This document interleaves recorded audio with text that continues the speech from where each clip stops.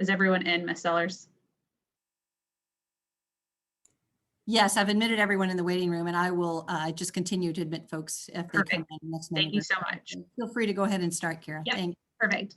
Well, hello, everyone. Thank you so much for joining us today. I don't think I've met most of the students. My name is Miss Mulligan, and I work over in the admin building. And one of the reasons that we've never met is I specifically work with alumni. So once you graduate from Cary Academy, I promise you will know my name. But me and Ms. Sellers are really glad that all of you signed up for this and are thrilled to welcome some alum to share with you today about their experience in a specific career. We also have Shannon Jenkins here, who is going to help moderate the conversation. When Ms. Sellers and I decided to do these sessions, we put together a small task force of some students to kind of speak into what we were doing, because we really wanted to make sure that we were giving all of you what you were looking for. So for our alum who don't know, Shannon is currently a senior here at Cary Academy, and she is going to be going to NC State in the fall. She is a leader in the Triangle Debate League. She's a part of CRT, and Ms. Sellers says she is a joyful and devoted math tutor. She's going to study mathematics at NC State with the goal of applying her learning very purposefully. So she is going to help coordinate our time today. If you have any questions, we'll talk about them at the end, but I do want to let everyone know, Ms. Sellers and my biggest goal for this is we wanted to be able to introduce you to alumni who didn't have all the answers when they were here at Cary Academy. They spent their time in college and grad school and even career figuring out what they were going to do with their lives and what they loved and what they were passionate about. And so it is just an encouragement from us to you that you don't have to have all the answers today. So with that, I'm going to pass it over to Shannon. Thank you. Okay, so as Ms. Mulligan said, the format for this is we'll hear from all of our alumni. They'll give a short presentation about what they're doing now to kind of get us all excited about the vast opportunity there is in engineering and STEM. So I'll introduce them in just a second, but please know throughout the presentation, we'll have a Q&A session at the end, and there'll be time to answer all those questions. And if you don't know all your questions, then I'm sure Ms. Mulligan will help you connect with alumni after as well. But please put questions in the chat as they come up with you so that we can read them out to our alumni at the end. And so with that, it is my pleasure to introduce them, starting with Kristen and Draco, who is class of 2015. She is a second-year PhD candidate in the Division of Epidemiology at UC Berkeley School of Public Health. And her favorite spot at CA was probably the second floor of the library. She said it is such a beautiful place to study, on par with some of her favorite study spots from college. Next, we have Miriam Fuchs, who is class of 2009. She is a graduate fellow in Systems of Engineering at Drexel University since September 2020. And her favorite spot on campus was the Fine Arts Building, which is probably Burger Hall. Some of her favorite memories are from the dance and theater performances and hanging out backstage. Then we have Cary, who is class of 2010. His current title is Intelligence Analyst at CB Insights. He provides clients with data-driven strategy and insights on emerging technologies, startups, and venture capital trends in healthcare. He's been there for 10 months now, and his favorite spot when he was a student was the weight room. We also have Josh Mitchell, who is class of 2015. He's starting grad school at NC State in mechanical engineering. He graduated with his undergraduate degree in mechanical engineering last May, also from NC State. He is also involved with Liquid Rockery Lab, which he will share more about in his presentation. And his favorite spot on campus was the Charger Stadium, and he'll show a photo of that as well. So remember, if you have any questions, you can put them in the chat throughout their presentations, and then we'll get to a Q&A session at the end. So we'll start with Christian and Draco. Thank you so much for being here today. Hi, everyone. It's a pleasure to speak with you all today. When I was at Cary Academy and I graduated in 2015, I certainly could not have told you what an infectious disease epidemiologist did. I think now we're maybe a little bit all more painfully aware of what the role of epidemiologists are. But I'm excited to talk to you about my path to how I ended up in this career. And so it really started with the wonderful guidance I got from Ms. Sellers when I was trying to decide where I wanted to go to college. And I ended up at Notre Dame. And at Notre Dame, I studied biology and business, which, again, doesn't really seem related to infectious disease epidemiology. But I had this tremendous advisor who was Joseph Buttigieg, who, yes, was actually Mayor Pete Buttigieg's father, who really encouraged me to use my summers at Notre Dame to pursue just various internships or research opportunities that would give me a sense of how I could make an impact in the world. And it was with his guidance that I found myself the first summer I was at Notre Dame in South Africa, where, if you can go to the next slide, working with a nonprofit called One Sun Health, which seeks to develop sustainable, community-driven solutions to public health challenges, namely malaria elimination. And so I worked with a team of community health workers and the local departments of health to develop and implement and evaluate a malaria education program to communities that were experiencing the highest incidence of malaria cases and the most limited access to health services.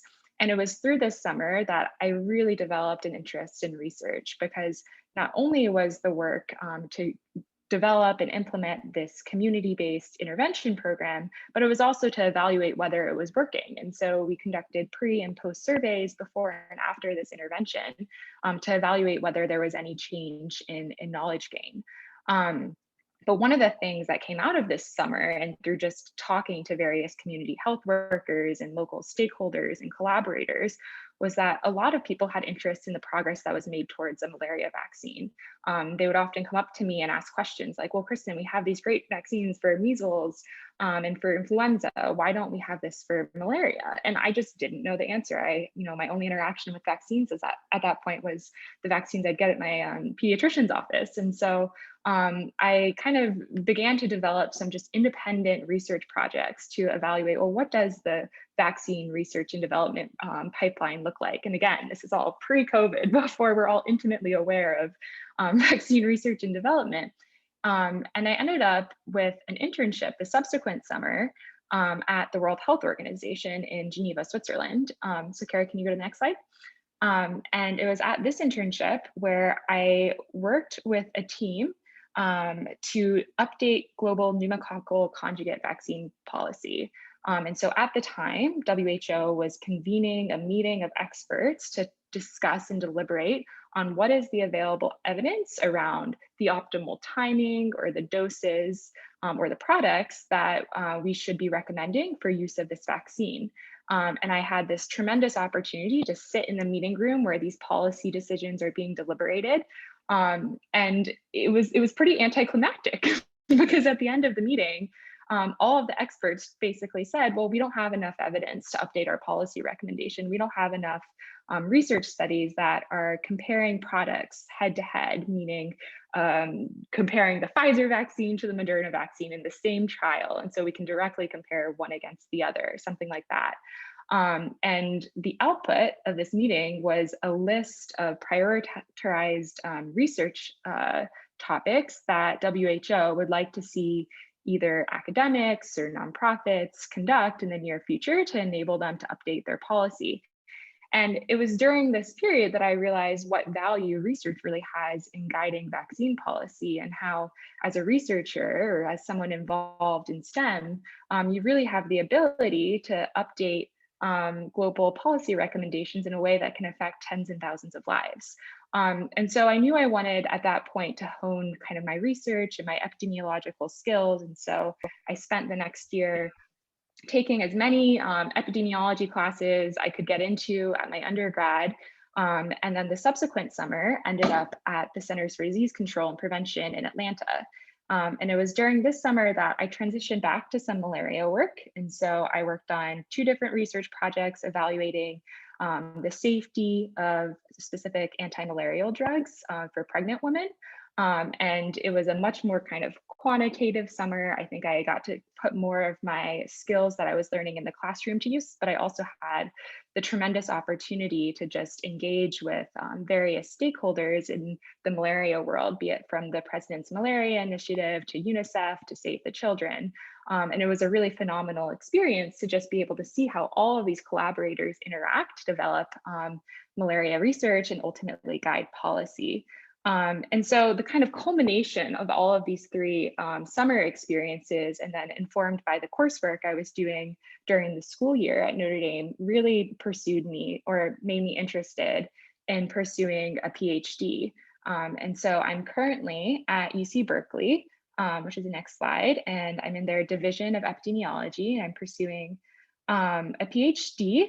And what my research focused on before COVID was looking at how we can use vaccines to reduce trends that we're seeing that are really alarming and antimicrobial resistance, under the hypotheses that vaccines are reducing infections for which antibiotics get prescribed. And therefore, if you have a reduction in the amount of antibiotics that are prescribed, you reduce all the selection pressures for these pathogens to develop resistance. But COVID has changed all of that and completely upended most of my research agenda. And so now I'm actually working with the California Department of Public Health on various COVID-19 projects. I have launched a statewide study that's looking at vaccine effectiveness, and particularly vaccine effectiveness against the different variants that are circulating in California. And then we've also launched a study to assess and understand where are people getting infected with COVID. What is the excess risk you're going to have going to indoor dining versus having an indoor social gathering? And so those are the questions that consume my time these days. I also have gotten to spend some lovely time in the Bay Area, which has been such a pleasure, even during COVID.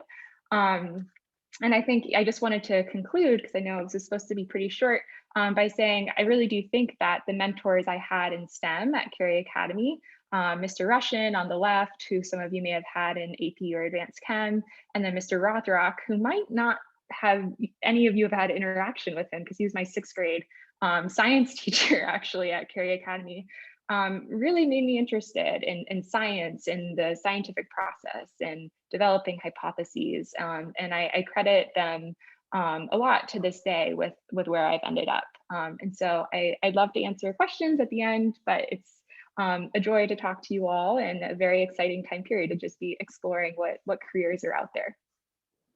Thank you so much, Kristen. And students will share the contact information if you have any questions at the end. Mimi, you are up next if you are ready.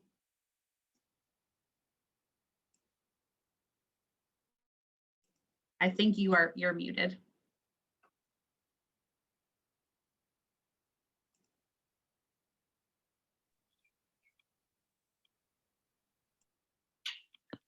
Okay.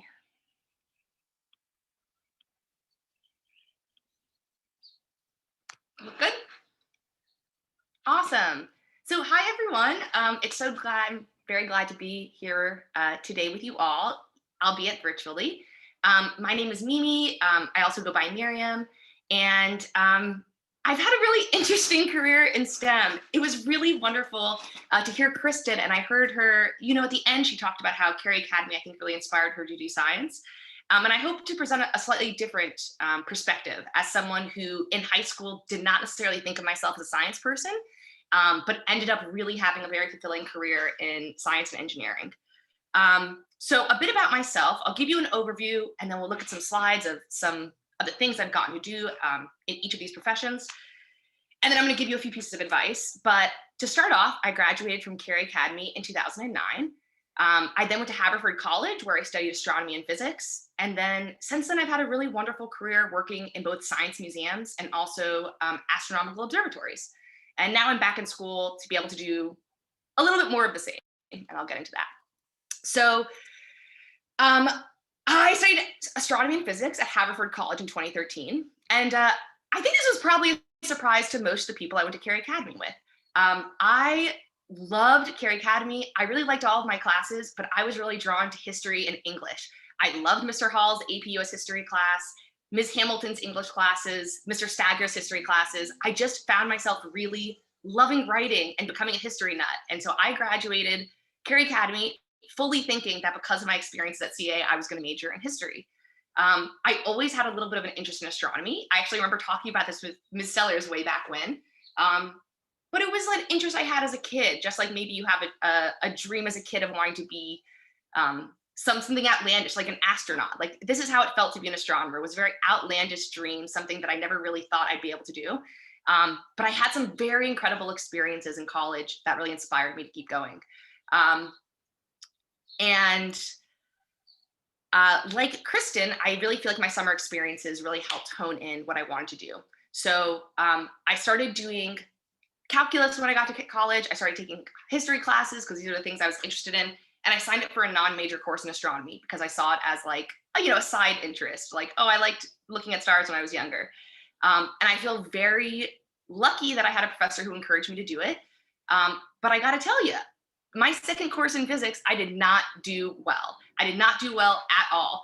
And after going to Cary Academy, I was not used to not doing well at things. I liked being good. I liked being good at school. That was a part of my identity. So to come back from my second physics class with a poor grade was very difficult for me. And I essentially wrote myself off as a scientist. If I can't do E&M my second semester of college, then I must do English and history instead. And I feel really lucky that I had a professor who says, this grade is one class and there's no reason to stop going.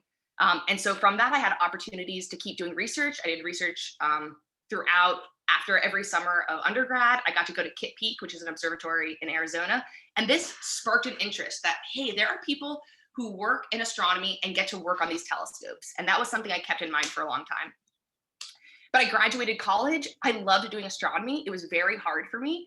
And afterwards, I wanted to help other people get involved in science and engineering, because I was someone who feels like it was so easy for me to miss science. And I had an incredible science and math education at Cary Academy. So how is it that me, someone who had all of the opportunities in the world, still thought of myself as not a science person?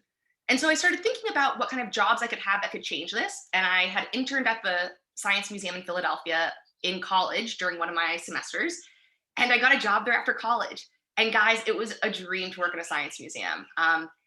I got to spend my days thinking about how to make science exciting and accessible. So often this is for the museum floor. As you could see, it would be coming up with 30-minute or 1 hour long presentations, depending on the grade that we had coming to the museum. This could be coming up with programming for the Science Festival, which had, reached 100,000 people each summer. And so it was working with partners throughout the city, trying to get folks who work in STEM careers to volunteer, to give back their community, to do community engagement.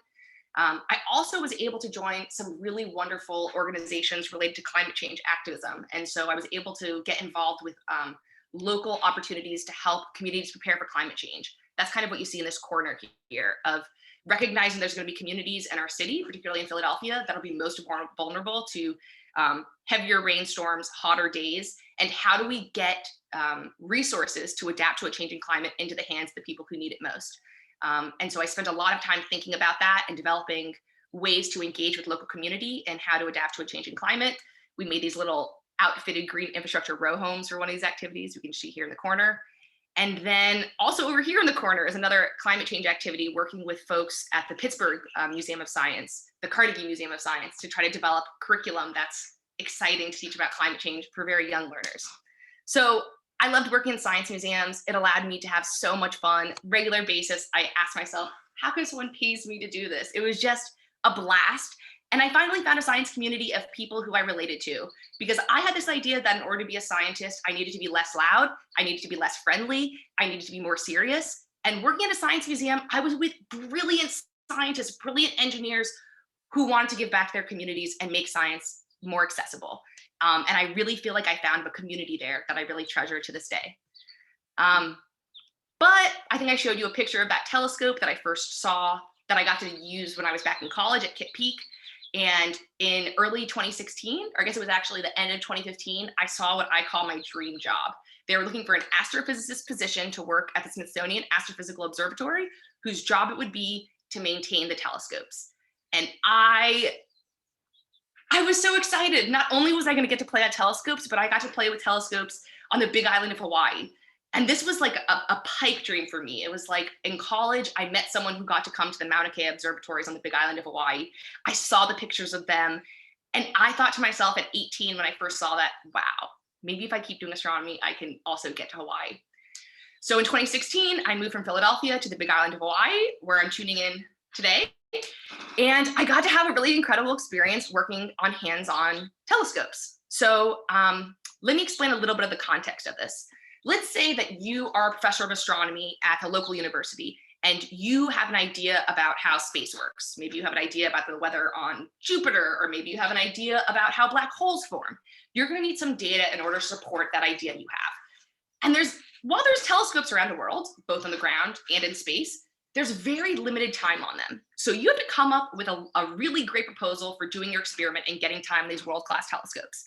But let's say you finally say, okay, you turned in your experiment, you turned in your proposal, they give you 5 days on one of these telescopes. What do you do then? That's when you would come to me. So my job was to meet with visiting scientists, take a look at what their science needs were, and then to make sure they could get their data in a really like a high quality way. So I'm not going to try, I know I'm taking a little bit longer maybe than we have, but I want to show you a video of what this might look like, because I think it's quite unusual for most days at the office. So to give you a little bit more context of this, as I mentioned, I live on the Big Island of Hawaii. If you're not familiar with it, Mauna Kea is considered one of the best places in the world to take pictures of the night sky. And it's the only place in the world that you go from 0 to 14,000 feet in an hour and a half.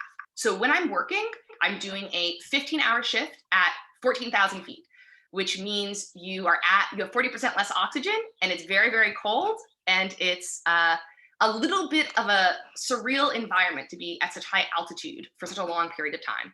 So this is the mountain where the telescope is located. Here are some pictures of the drive up. It looks very otherworldly. It looks like Mars. This is actually, the Apollo missions. Like, our history of space exploration has a lot of roots on the Big Island of Hawaii. And so they do some training for astronauts out on this mountain, and they do Mars rover testing on this mountain as well. And then you get to the top. Mimi, I think that we can't see your screen. Do you want to try one more time? No. It's okay. I'm so sorry. Looking at mine, I had them up, but if you're pointing things out, you might want to be able to show yours. I am so sorry. Don't be sorry. What can you see right now? Can you see my screen that I went out of it? Have you been sharing this in top? It says I'm screen sharing. How about, okay, I'm gonna stop this screen share.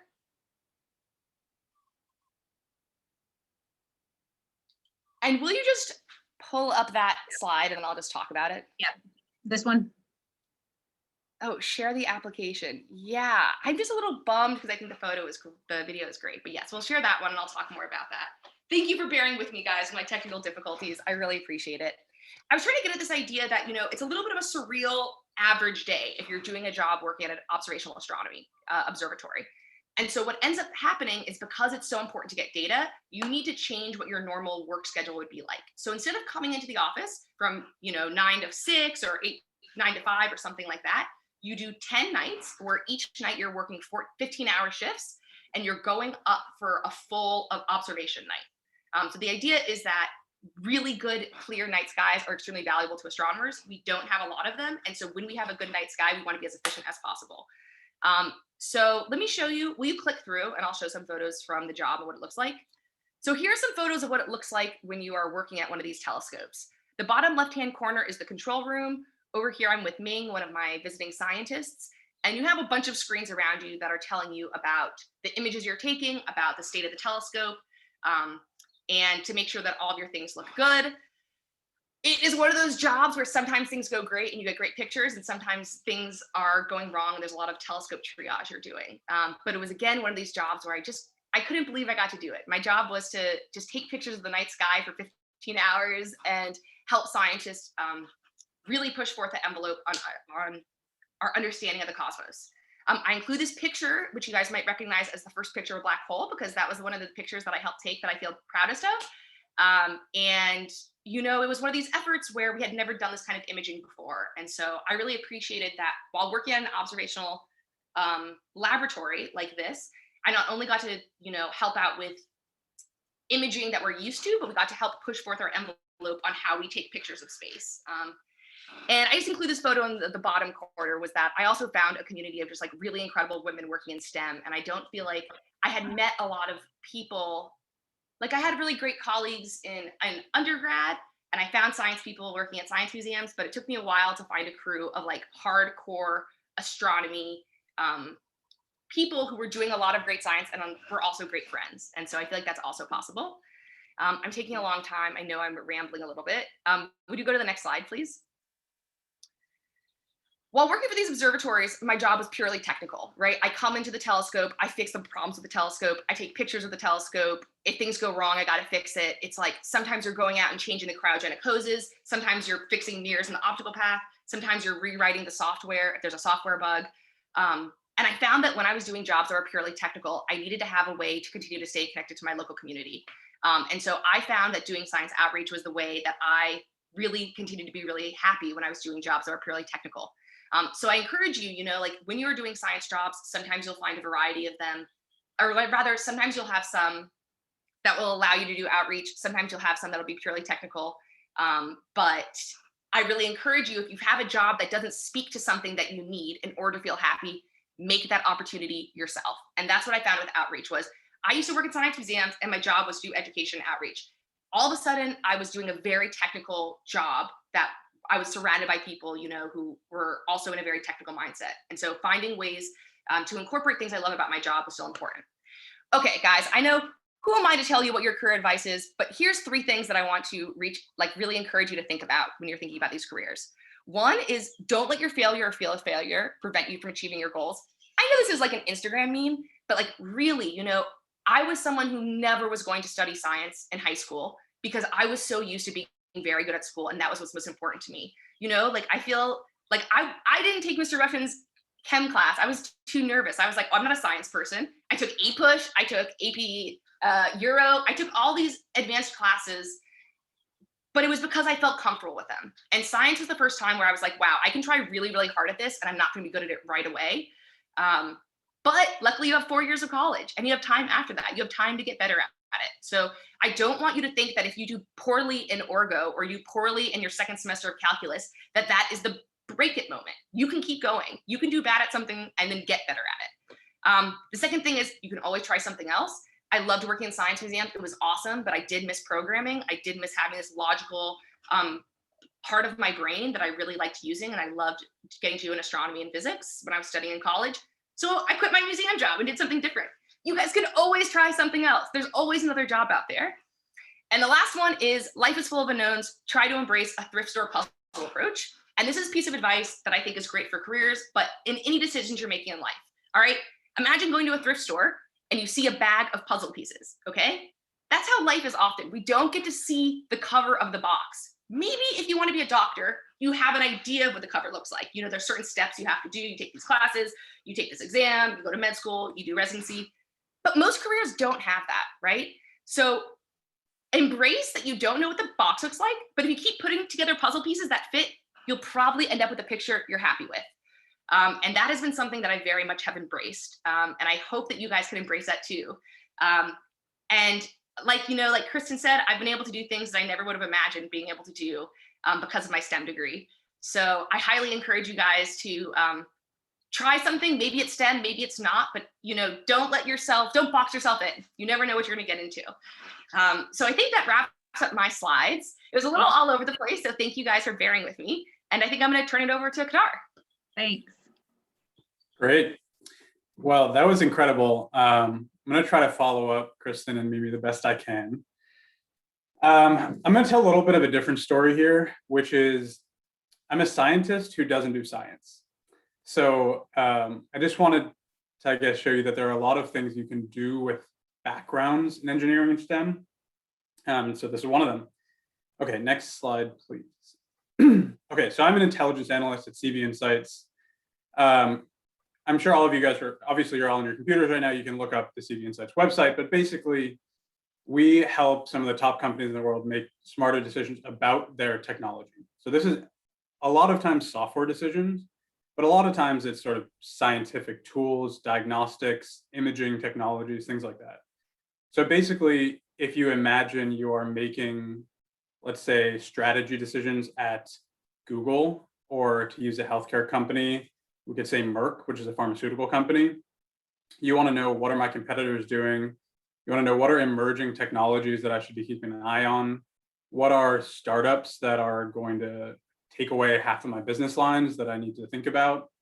What are emerging markets? So for example, vaccines recently, a lot of pharmaceutical companies were not really thinking about vaccines but obviously in the past year they have. And then if you're going to make an acquisition of a company, if you're going to invest in a company, or even if you're going to partner a company, we provide ways to find those companies to work with. So that's most of the company. What I do is a little bit different, which is on the next slide, which is basically I write data-driven insights on emerging trends in genomics, pharmaceuticals, and life sciences. So I don't think that I worked with Ms. Sellers in high school, but to anybody that knew me in high school, the fact that I do any kind of writing is probably like the most absurd thing they've ever heard. But I do. So I guess to echo Kristen and Mimi's points, like, and you'll see this on the next slide, I had no idea that I would be doing any sort of writing even 3 or 4 years ago. So I guess anything can happen really. But oh, actually, still on the previous slide, Cary. Can we go back one?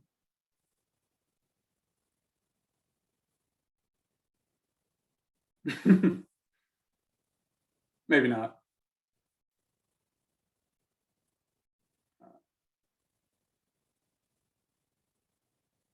Yeah, that one. Okay, so what does a day look like for me? We'll get here eventually, but basically I spend the first couple hours of my day really just reading publications. So that could be the Wall Street Journal, New York Times, it could be things like TechCrunch, it could be industry specific media. But basically I try to understand what's going on when it comes to startups, technology, and innovation in genomics, pharmaceuticals, and life sciences. Then the company I work for, CB Insights, has a ton of data about how much money your company is raising, what kinds of patents are they filing, what are the publications that the scientists associated with companies have published. So then I'll kind of dive into the data, and really, I guess I wanted to get across the point here that like I'm still applying the scientific process or the scientific method here. So sort of look at the literature, come up with a hypothesis, dive into the data and test the hypothesis, and then write up sort of my findings. It's a very condensed version of that, but that's kind of what I do on a day-to-day basis. Okay, now the next slide. Okay, so I kind of wrote down quotes that I imagined my prior self to have said. And the point here is that I'm really still trying to decide what I want to be when I grow up. You know, I have done a number of things, and what I do right now is probably not what I'll be doing in 3 years or 5 years. So it's always changing, but just to walk you through it. When I was at Cary Academy, it was basically, I have absolutely no idea what I want to do. I seem to be good at math, and biology is pretty cool. So even from seventh grade, Miss Todd was my biology, or at that point, I think it was just science. Was my science teacher, and she was awesome. I think she had a PhD, so we did a ton of really cool experiments. And then in high school, I don't know if she's still there, but I had Miss Downing once or twice, and I had her for AP biology. And that was kind of the class that I just, like, I actually really looked forward to going to class. So like, yeah, biology seems cool. I went to UNC. The whole time in college, I still had no idea. So like I was sitting here listening to Kristen talk, and I was like, wow, this is incredible. I wish that I had known to like go work for the World Health Organization or the CDC or do all this research. I was basically like, you know, I realized that I don't really get energized by math. So I'm good at it, but I don't really want to do it. And then I took a course in evolutionary biology. I was like, this is pretty cool. So I ended up getting some experience in a lab at UNC, and that's really the only experience that I did in college. So sort of still a bit naive, I suppose, but it got to be my senior year in college, and I was like, I guess I should figure out what I'm going to do next. I like evolutionary biology, so let me go do a PhD in that. So I came down to Houston, where I live now, to do a PhD in biology. It was a great experience. I loved having the freedom to do science. What I realized is that I love science and I hate doing science. So I could spend all day reading about awesome technology and science and things other people are inventing. But when it comes to being in the lab, doing lab work, it's just like the most painstaking thing ever for me. So I was basically, the quote here is, I love biology, but I don't want to be a professor, and I don't actually like doing science. Luckily, during my PhD, half of my work was in the lab. So kind of like doing genetic engineering with microbes. But the other half of my work was writing code to build population models to model how organisms evolve, essentially. So the next slide, please. So I worked at a company right out of grad school called Mercury Data Science. More or less, I took the data science skills that I had acquired during grad school and then applied them to startups. So this was really a data science consulting company where we went in and worked with typically the chief technology officer or the head of data science at a company, kind of outline how do we want to use our data and build artificial intelligence algorithms around that. It was really fascinating work, but I ended up writing a lot of code, and I realized that I really dislike writing code for a living. So in the meantime, I had been doing a little bit of advising for an investor here in Houston. He had previously started a medical device company, and he had sold it to a massive medical device company. He had a bunch of money and was looking to invest it in startups and asked me if I wanted to come work for him. Basically find emerging technologies, find startups to invest in. And so I went and did that for about a year. And I loved it. This was probably one of the most exciting times because I spent almost every day meeting with the people doing the awesome science. So that's where I've kind of realized that I fit in. At the end of the day, though, this job it was just me and him together, and he had invested in a ton of companies and had a lot of other responsibilities. So I was kind of doing this on my own. So I decided that I wanted a little bit more structure, which is what led me to CB Insights. So I already told you about what I do here, but I just wanted to get across the point that like this is a great job, but it's not perfect, and I'm not sure that anything ever will be. So more or less, I'm just kind of thinking it's good for now. And the last point there was that I feel like at every step along the way, or if I go back to high school and even college, I had this idea that at some point I would stumble across like this is what I want to do and this is going to be my career. And I've really discovered that it's more of everything that I do, there's something that I don't like about it. And so it's kind of discovering what I don't want to do, and by default, it starts to narrow towards what I want to do. So I think, some career paths do look like the straight line from A to B, and there's probably variability even in those, but I'm imagining things like being a doctor, right? You go to college, you do a pre-med coursework, you take the MCAT, you go do 4 years, you do a residency. But even within STEM and engineering, most careers look like the bottom. So you get some training and then you try something and you might not like it and you try something else. So that's kind of the path I've been on. Okay, this is really like, if you don't remember anything else, this is what I'd like for you to take home, which is to run a lot of experiments. And this is very much in the vein of being a scientist, even though that's not what I do day to day. From a career perspective, this is really how I think about it, is that I have a hypothesis about something I might like to do, and then I run an experiment to find out if I like to do it. And so although I had drawn linear lines between my different experiences, I just wanted to bring across the point that it very much was not linear. I did everything from the president of the graduate student council. I thought I wanted to work for the CDC for a while. I ran a nonprofit organization. I did 4 different internships during my PhD. I did like 10 episodes of a podcast. I was on the City of Houston's Innovation Council. Started a couple startups. I'm writing a newsletter. I'm advising a company, and now I started writing a novel. So it's like, who knows if any of these things are going to actually materialize, but the point is that you really don't know till you try. So as best you can, try to run experiments throughout your career. And on the next slide, I have examples of what types of experiments you can run. So there might be more, but these are kind of the way that I think about it. There's basically 4 kinds of experiments you can run. There's an informational interview, there's volunteering or an internship, there's a side hustle, and there's a full-time job. And I'll just walk through them briefly in order. The informational interview is basically you take someone out to coffee or a phone call and you just ask them about themselves. And I used to think that this was like super intimidating, as reaching out to somebody who's been in their career for 20 years and asking them about what they do. And I realized, as you might be able to tell from, the fact that I've been talking about myself for who knows how many minutes now, people love talking about themselves. So it's like super high success rate, low difficulty, and you get to meet a lot of really interesting people. And so this is really, what does this person do? Do I even think that I would like it?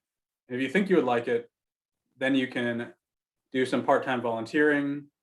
You can get an internship, unpaid or paid. So it's a bit of a higher time commitment. You actually get to try something, but it's still pretty low risk. The next step up is what I call a side hustle. So this is really, it's more than an internship and less than a job. So it could be starting a blog. It could be starting a nonprofit. Like Mimi said earlier, I think one of the best ways to get experience, especially if you can't find anywhere, is just to start something yourself. Because inevitably there are people like you that have similar interests as you in the same kind of career stage as you. But it does take away some more time. And then obviously sort of the most invested experiment that you can run is a full-time job. Okay, next slide, please. Okay, this is a slide that I put in kind of last minute because it's something that I have been really bad at and I'm kind of just starting to try again, which is I encourage you to stay in touch with your classmates because people from Cary Academy go on to do some really cool things. I can't even list all the cool things off the top of my head, but I sort of was under the impression that I had to be friends with everyone, and that's not really true. Like it can be as easy as a text message here or there, or an email, a LinkedIn message even is how I stay in touch with people. But as you go your separate ways to different universities, down different career paths, just send people a message every once in a while, and it can turn into some pretty interesting conversations. I think that's all I have. Thank you so much. And thank you for doing my job for me. That's right. Stay in touch with your classmates when you leave. All right, Josh. Awesome. How's it going, everyone? I am Josh Mitchell. And yeah, really had some great panels a minute ago. Good to see you again, Kristen, as well. We were in the same class. So really look forward to sharing this with you guys. Next slide. So yeah, I'm going to kind of do a story type thing as well. Really from the beginning, I would say that my interest in STEM went back to really very early age when I was kind of putting different Lego sets together. One of my favorite series was Star Wars, and I was 3 years old and just loving to spend hours putting these things together that my friends just didn't understand. But as I got older, I just really started to see more of the applications that really science and STEM and different advancements that we're making in these areas can provide a lot of opportunities to people really all over the world, and just really make this earth better place to live on. That really kind of kept me going when things got difficult, as I'm about to describe. But I guess the first thing I just want to leave you with is it doesn't really matter where you start or what your interest is. There's room for everyone in STEM, and don't ever feel like you don't belong just because you don't have a particular skill set at a time being. And so going off of that, STEM topics were not really my strong suit at the beginning. I actually really switched out of the class, Mr. Russian's AP Chem course that people have mentioned, because it was just so tough at the beginning. But I also struggled with some of my math courses, geometry, algebra 2, pre-calc. But I had teachers, Ms. Hoffman, Ms. Ed, Ms. Allen, Ms. Holmes. They really encouraged me early on and showed me that really it's these foundational pieces I was missing that was pretty much having me miss the forest for the trees. And then from that point on, I was really able to kind of get a firmer grasp and build the confidence to go forward and really thrive in different ways. And on top of that, my first experience for a lot of the concepts that I have been working on now would be things like coding, things like some of the CAD that I learned from Mr. Hamilton, Mr. Nolan. Really, Cary Academy was the foundation for everything I do these days. So don't think that what you're doing now is not going to be important later on.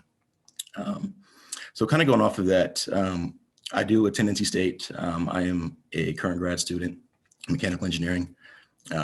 Currently, my main things outside of my lecture material are my research. So I'm in the center, you see basically a palette of different vessel structures.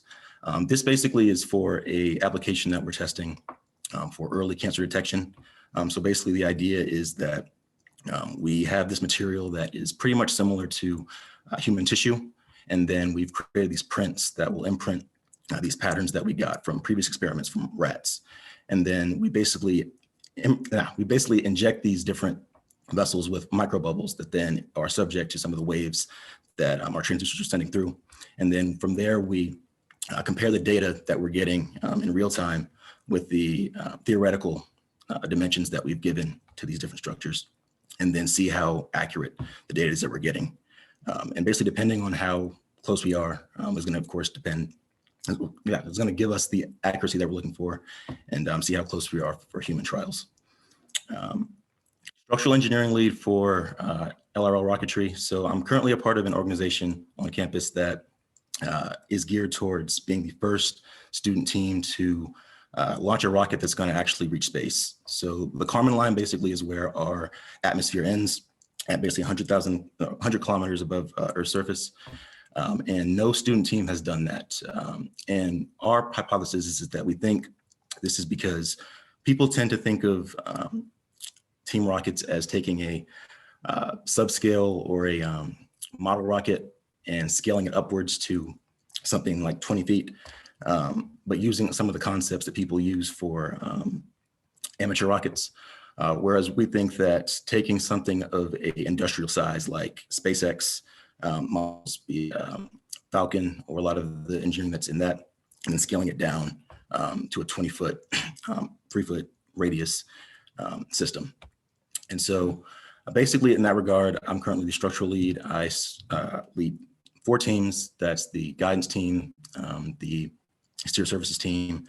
And the gist there is making sure that our body, our nose cone and airframe are going to be sound, and then that the guidance mechanisms, be it the fins, thrusters, are all giving us the proper force necessary to correct in terms of any perturbations or disturbances as we're going through the atmosphere. Next slide, please. So to give you some more visuals, these are some of the finished microfluidic device samples. So the beginning stage was actually just having a controlled design. You see basically 8 small vessels in the left-hand image. We wanted to have our numbers precise at the onset, just so that, again, when we're going back and getting the data itself, we know what values that we want, but we're testing to see if we can get them from the wave data and wave properties. And then on the right-hand side is the test stand model. So what you're seeing there is really the only tangible model we have at the moment. The gist here is where we fill our different tanks, and then we pressurize them with different flow rates. And then at the back, you'll see the engine mount. So basically here we have attached it, and then it's clamped down. And then we have our, yeah, it's right there. We have our system basically connected and allowing it to be filled at different levels to kind of see how powerful it's going to be at different times. And then if we have issues where things get dangerous, we've got basically 2 openings on the top of our tanks and then 1 at the bottom. And the bottom one is for basically emptying all of our tanks out if we are in a scenario where things are getting too hot or too sensitive for remaining tests to take place.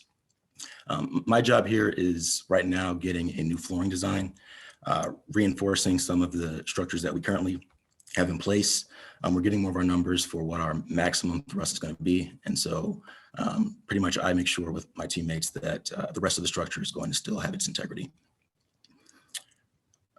Next slide.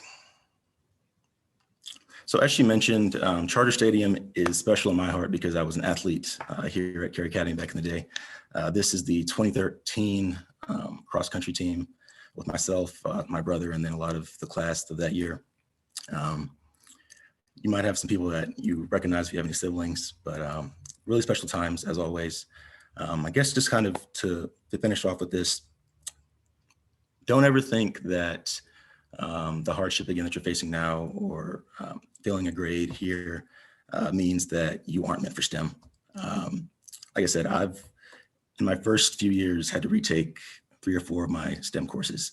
And I can't really say that giving up was ever an option on my end just because I knew what I wanted to do. So just really identify that piece of yourself that again, what got you into this in the first place, and why do you want to do it? Like, what is your long-term motivation for being in whatever STEM field you're in? And then really latch on to that. And again, I'm happy to take questions in the Q&A. So thanks so much. That was great. Thank you. Thank you, Josh. Thank you all so much for the wonderful overviews and getting to hear where the starting point to where you are now is fantastic. We had said, I think initially for the students that we would be wrapping up around 1:45. So some students, if you have someplace you have to go for a next meeting, that is fine. But alums, are you okay to stay on for about 8 more minutes till 2 o'clock for anybody who's got questions? That's all right? Great. Yeah. Super. So Shannon, you noted there, we don't see in the chat, but we just have a small room. So students, if you have some questions now, if you want to just go off mute, or if you'd prefer to use the chat, please feel free to send some questions out.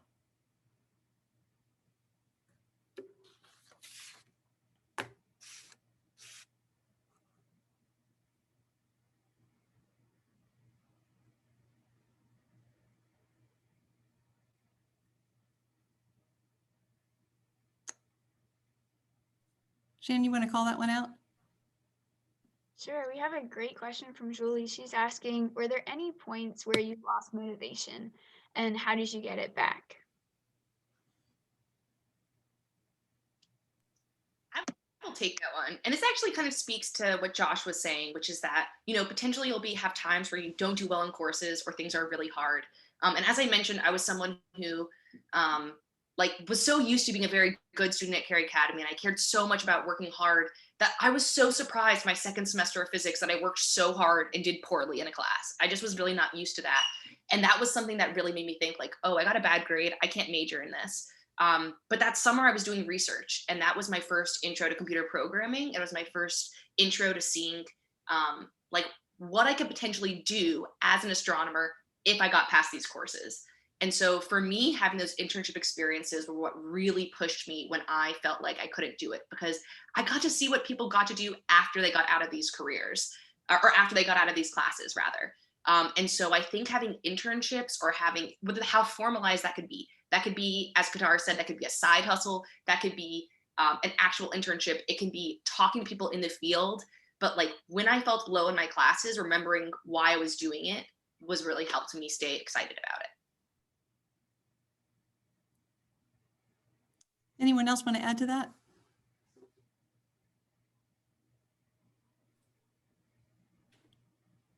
I think Mimi nailed it.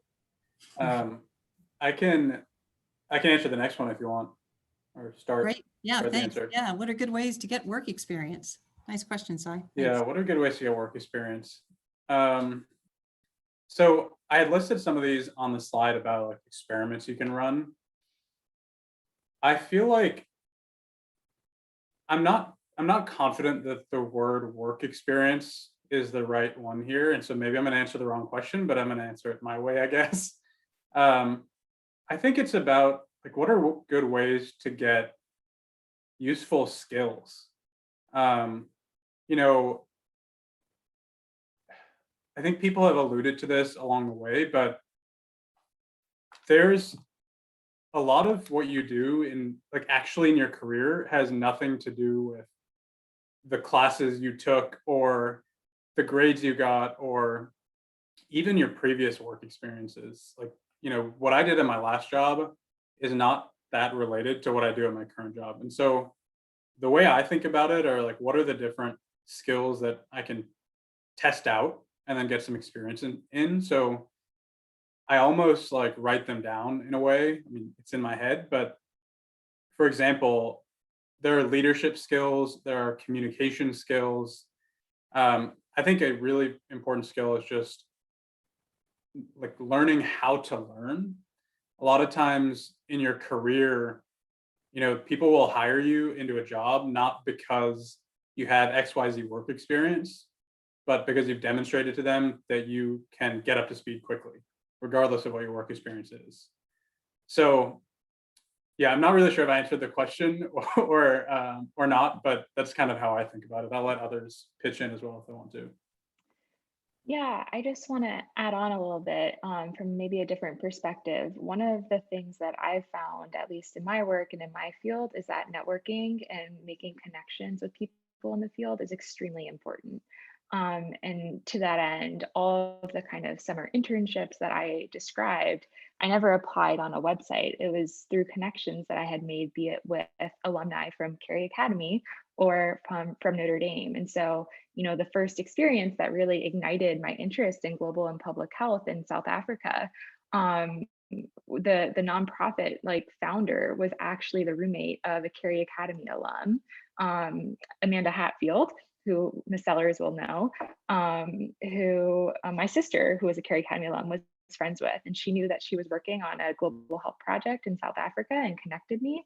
And through that, I ended up working with this nonprofit that I still work with to this day. And then through that connection, they knew people who worked at WHO who were looking for interns, and it all kind of snowballs. And so I know that can be really intimidating to hear at first, because it feels like you need to have that golden ticket. But really what it comes down to, that I think Kadar did a really great job explaining, are those informational interviews. It's not being afraid to just sending someone a LinkedIn message who has a common credential, who works in your field, and saying, I am a student in XYZ and really interested in learning more about why. And from that, I think you can open kind of a lot of doors for yourself and explore different career paths, but also secure these kind of internships that I think, at least for me, were extremely formative. I definitely want to piggyback off of something Kristen said. Definitely utilize your own network that's existing as well. I remember my first career fair, I was like overwhelmed trying to speak to all these strangers. And then a week later, someone who just knew my family was a rep at Bank of America. And she was like, hey, I know you're in engineering. Can you come do an interview with some of my friends? And showed up, short notice, but just really had my stuff together. And then 3 months later, they're like, yeah, we love what you're doing. Come do a job here. Same idea with research. Like, I would go on and give emails to 4 or 5 professors. And then I had a friend, he said, I do research with this professor. She's looking for students because no one ever comes to her for research. And then went to schedule a meeting with her in her office. And she was shocked that someone was interested at this level, and instantly gave me assignments. So just sometimes look in other places that not everyone's looking, and just be willing to take that first step sometimes. That's great. I think we've got 2 more questions in chat. I'd ask if we could just wrap those up, and then maybe Cary, you want to just sort of close at the end? Okay, great. Josh, there was one to you, and I think you just started talking about it. It was, I heard there are teachers at NC State that have research opportunities for students. How easy is it to walk up to them and ask to work in their labs? Great question. It's that easy. Yes, just go and go to their labs and say, hi, I love what you're doing. I'm willing to be supportive and do whatever it is that you have me to do. And they will love the fact that you just had that initiative and are interested in the work that they have. You'll be surprised, especially in your early years of college, how few people are even going to their office hours. So just like put yourself out there and literally just be willing to work and be willing to learn. And sometimes that often even can tie into a professional opportunity, because a lot of these professors have industry connections too. So definitely recommend doing that. Yeah, I will answer that and then take a shot at the last one before passing it off to the others, because I did exactly that in undergrad. As Josh talked about briefly, I was like super nervous about going to talk to the professor and going to the office hours. But one thing that, like, I mean, all of you have this in your bag for the next at least 4 years, maybe more if you go to grad school. People love helping students. Like, for example, if any of you came to me and was like, I want to help you do research for your newsletter, or I want to help you something else, like 100%, right? Like people, and also the other side of it is that people love like free or cheap labor. So it's really like a win-win for you. People will talk to you, people will let you work with them with a pretty low barrier. So I highly recommend doing that. And then that bridges into the last point, which is, I'm not sure if I can answer how high schoolers can get involved or crowd STEM at school, but outside of school, like looking back, especially being in the Research Triangle Park area, there's really nothing stopping you from reaching out. For example, like I think about pharmaceuticals or biotech all day, there's nothing stopping you from reaching out to a scientist at a pharma company, and they might not let you, like come into the lab if there's restrictions or safety issues, but just be like, can I shadow you, or can I come see what you do for a day? And oftentimes it might actually help you, or let you help out. I've seen high schoolers that are on scientific publications because they just showed up, basically.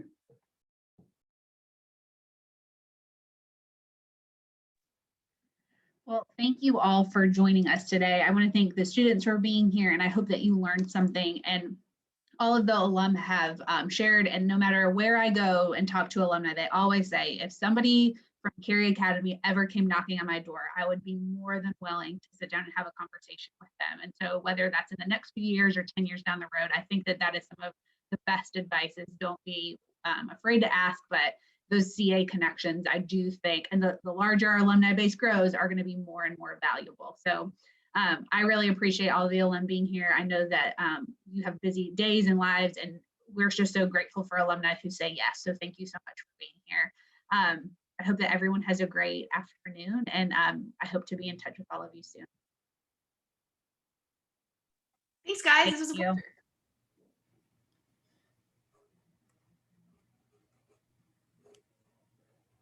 And Miss Sellers, I think you saw, I was like, oh, maybe you'll get to say hi to David. I waved at him. Yes, we started a meeting at 8 a.m. I was mentioning to Miss Sellers that I'm in a serious relationship with another another CA alum.